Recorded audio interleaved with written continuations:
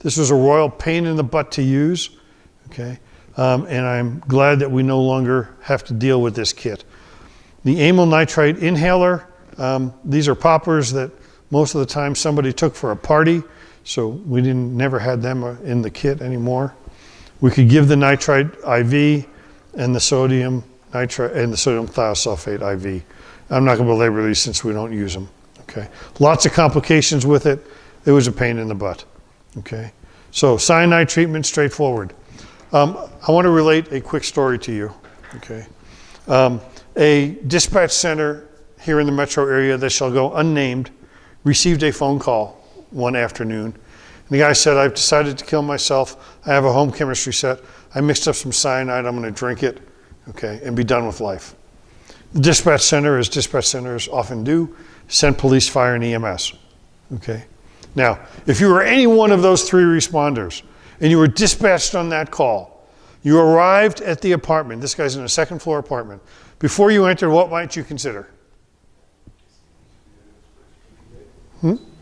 PPE. Okay. I mean, here's a guy who says, "I mixed up cyanide." Okay. Cyanide is relatively easily volatile. Okay. Readily volatile. So that means you could walk into an environment that's filled with cyanide gas. Okay. Police, fire, and EMS all entered the apartment unprotected.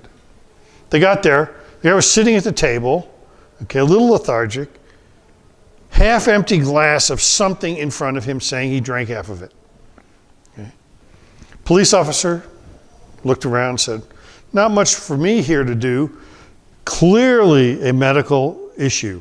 So he's yours," to EMS. Firefighters looked around and said, "Not much for us to do. Clearly a medical problem. It's your problem, EMS. And why don't you take that stuff with you to the hospital and let them figure out exactly what it is." Now, if you even remotely thought that was a good idea, okay, what might you want to do with that container? Cover it up, right? Okay. No. We take an open container into a moving ambulance and transport it to the hospital along with the patient. This is a true story, folks.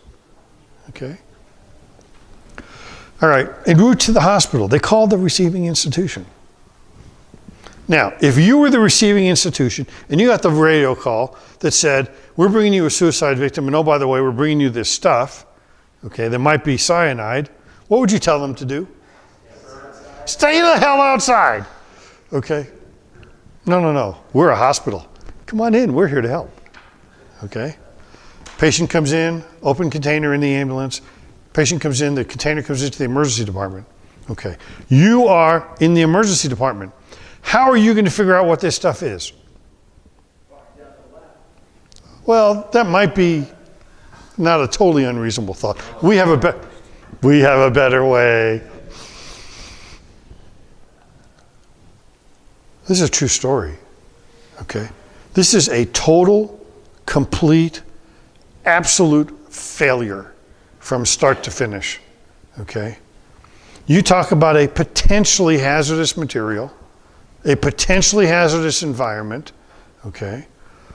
And not a single person in this response had one lick of common sense about managing this incident. Okay? This is what terrifies me about these incidents.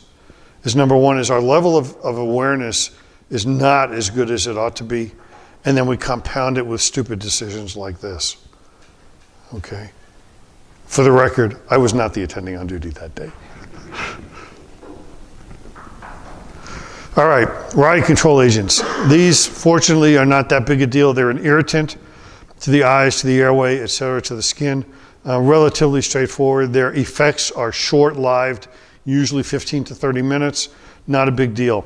The big thing about these things is that if you are a known asthmatic and you take a good shot of one of these to your face, lots of times we have seen very severe asthmatic attacks in response to exposure to these. And there are at least a couple reported deaths from exposure to these. most of the time, these are just not a big deal, other than the effort it takes for you to deal with the victims, okay? So, summary, vapor exposure, nerve agent symptoms, very quick symptoms. Mustard and phosgene symptoms are delayed, okay? If you're walking and talking, probably not going to need much, maybe some decon. Think about secondary contamination, and think about those patients that need airway management.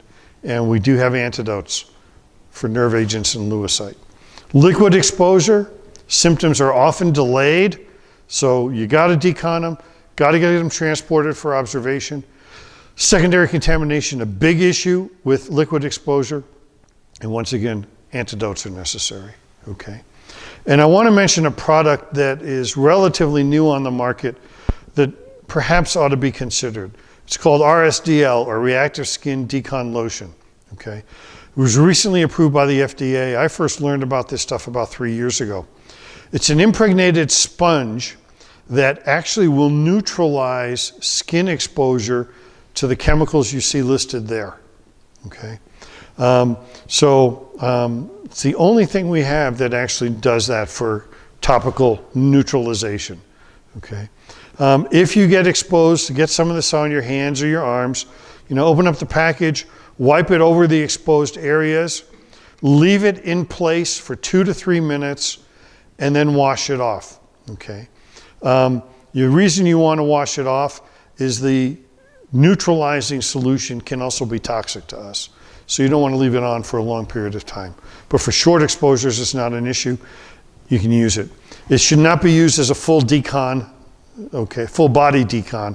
If someone has it all over their body, then just standard hose and soap or whatever, okay? But for smaller areas, this is a great option.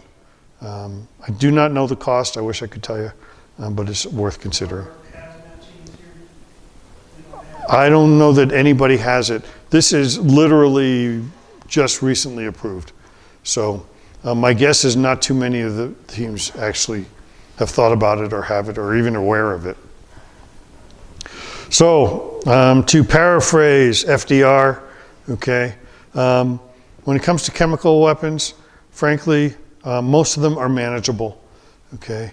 And if you present with vital signs, you should have a very good chance of surviving, as long as we as responders recognize the problem, initiate the appropriate care, and take the appropriate precautions. Questions? All right, we've gone for about an hour and a half. Let's take about a 10-minute